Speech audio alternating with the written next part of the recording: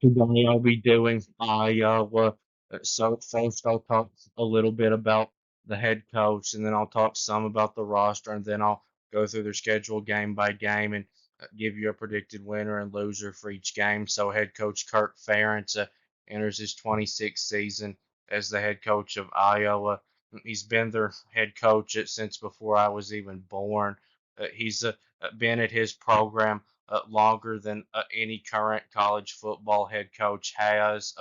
His record as the head coach of Iowa is 196 and 119, and he has at Iowa 8 seasons of 10 or more wins, but doesn't have any conference championships and hasn't really won any big games.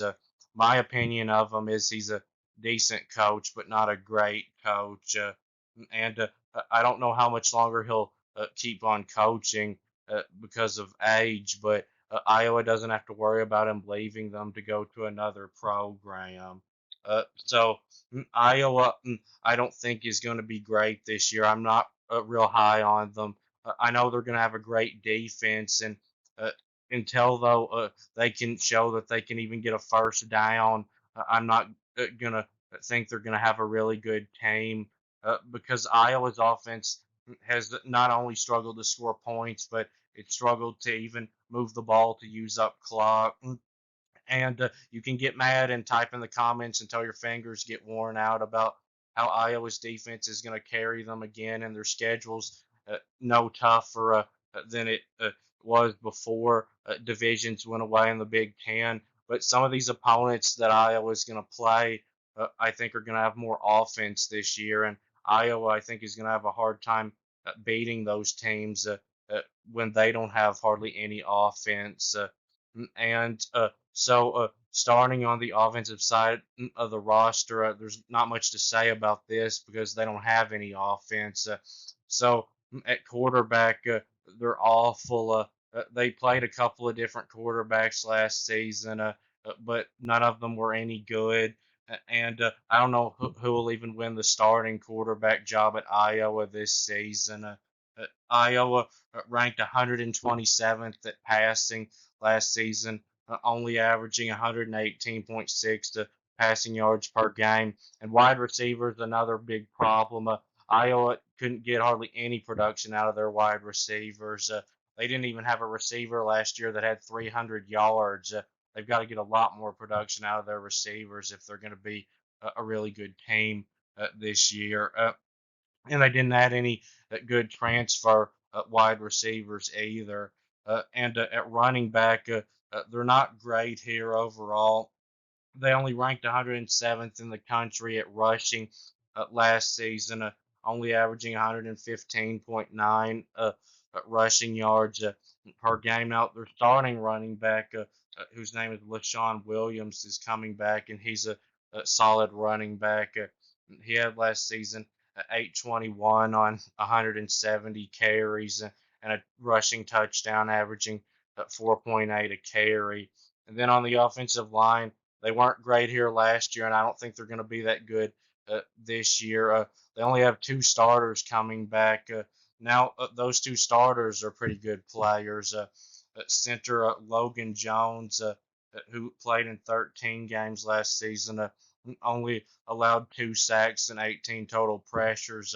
And guard Connor Colby, I've heard, is a pretty good player. He started every game for them last season. On the defensive side, Iowa had a top 10 defense last year, and they will again this year. They've got 8 starters coming back.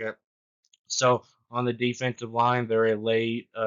They've got Deontay Craig, who had last season 54 tackles and 10 total pressures and 3 sacks and a pass breakup. And they've got Yanya Black, who had last season 51 tackles and 5 pass breakups and 3.5 sacks and 6 total pressures and a forced fumble. And they've got Ethan Herkett coming back, who wasn't even a starter last season, but played in 13 games and had 52 tackles and a fumble recovery and an interception and 3 pressures. and they've got Aaron Graves, who played in every game last season but wasn't a starter and had 37 tackles and 2.5 sacks and a forced fumble and a pass breakup. And at linebacker, they returned two of the best linebackers in college football. They returned the Big Ten's leading tackler, Jay Higgins, who had 171 tackles last season and 2 sacks and 4 pass breakups and six total pressures and 2 fumble recoveries and a forced fumble. And they've got Nick Jackson, who had last season 110 tackles and 4 sacks and 11 total pressures and 4 pass breakups and 2 forced fumbles. And then in the secondary, they're really good here too. At safety, they've got Xavier Nwankapa, who had last season 42 tackles and 2 pass breakups and an interception and a sack and 3 total pressures. And they've got Quinn Scolanto, who had in 2 seasons, 27 games combined, 136 tackles and 10 pass breakups and 2 interceptions. And they've got Sebastian Castro, who had last season 67 tackles and 8 pass breakups and 3 interceptions, one for a touchdown and a sack and a forced fumble and 2 total pressures. And at cornerback, they're good here too. They returned Jermari Harris, who had in 12 games last season 42 tackles and 8 pass breakups and an interception. And they've got Deshaun Lee, who started 6 games, then played in 11 games last year and had 32 tackles and 3 pass breakups. This defense for Iowa is loaded with future NFL players. And last season, their run defense ranked 15th, only allowing 111.8 rushing yards a game, and their pass defense ranked 5th, only allowing 170.7 passing yards per game. And I expect similar numbers this year from them. And on special teams, they're not very good here. It doesn't look like it. They lose an All-American punter, and their kicker returns, but didn't do a very good job last season. And for a team like Iowa that doesn't have any offense, losing a great punter can really hurt them. So now moving on to the predictions. They start this season against Illinois State, which should be a win. And Iowa will probably even score 20 something points in this game because it's an FCS team. And then the rivalry game against Iowa State. So I think Iowa State's a better team than Iowa, and I would pick Iowa State if it was at Iowa State. But with this game being in Iowa, I have a feeling that Iowa's defense is going to shut down Iowa State's offense, and this will be a really low scoring game. But I think Iowa will win a really close one. So then they play Troy. This should be a win. They may get in the 20s on them too. Probably Illinois State and Troy will be the only 2 games that Iowa gets 20 or more points this season. So then on the road at Minnesota, this will be a low scoring game. Minnesota's offense is not going to be great. I don't think they'll score much on Iowa's defense, but Iowa, I don't think is going to do hardly anything offensively in this game, even though Minnesota's defense may not be great. And Minnesota, I do think, has enough offense this year playing it at home to get a really close win against Iowa. So then they take a week off and then play on the road at Ohio State. Both teams, have really good defenses, but this will be a blowout loss for Iowa because the Iowa was offense won't score anything probably in this game. And Ohio State's offense is going to be really good, to where even against a great Iowa defense, they'll score 20 something points. And I think this will be like a 24-0 game. And then Washington at home. I think this will be a win.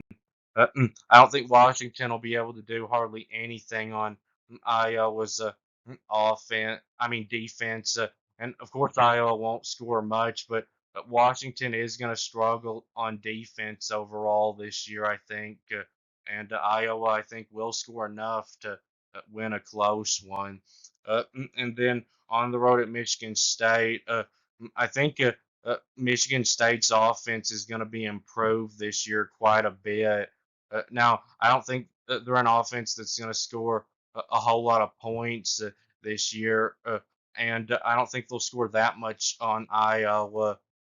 But Iowa, I don't think is going to score much in this game. Michigan State doesn't have a very good defensive line, but the rest of their defense looks good to me. So I think this will be really close and low scoring, but I think Michigan State outscores them. Then they play Northwestern, a team that I think is really going to struggle on offense, and their defense, though, I think will be decent. Iowa won't score much, but I think Iowa will shut down Northwestern's offense in this game. Northwestern also has a big problem at quarterback, it seems, too, and Iowa will win a really close one. Uh, so this though is a game that Iowa could lose. Northwestern isn't going to be terrible, I don't think. And then Wisconsin at home. This will be close and low scoring. So Wisconsin's defensive line is not very good, but the rest of their defense, I do think it can match up well with Iowa's defense. And Wisconsin's going to have more offense this year than last year. They've got a better quarterback, I think, and they've got a couple of good running backs, and they've got a much better offensive line than Iowa does. I think their offensive line can match up pretty well with Iowa's defensive line to where Wisconsin can run the football some in this game. And Wisconsin does have a really good receiver, Will Pauling, that Iowa doesn't have. So I think that Wisconsin, even on the road, wins this one. So then they play on the road at UCLA, a team that I think might be a little bit underrated. Not a good team, but I think that they will actually score enough to beat Iowa. So I would pick Iowa at home or even on a neutral field. I think they're a better team than UCLA, but I do think that Iowa won't score hardly anything in this game. Even though UCLA's defense, I don't think will be as good as it was last year, and UCLA won't score much on Iowa, but they've got more offense. So then they play on the road at Maryland after getting a week off. I think Maryland won't be able to score hardly anything on Iowa now that they're losing that quarterback, Tonga Viola. If they still had him, I'd probably take Maryland. But Iowa, I don't think will score much on Maryland in this game. Maryland's defense won't be good, but I think it'll be okay. But Iowa, I do think will score enough to win a close one. So then they played in the season on a Friday. Nebraska. This will be really close and low scoring.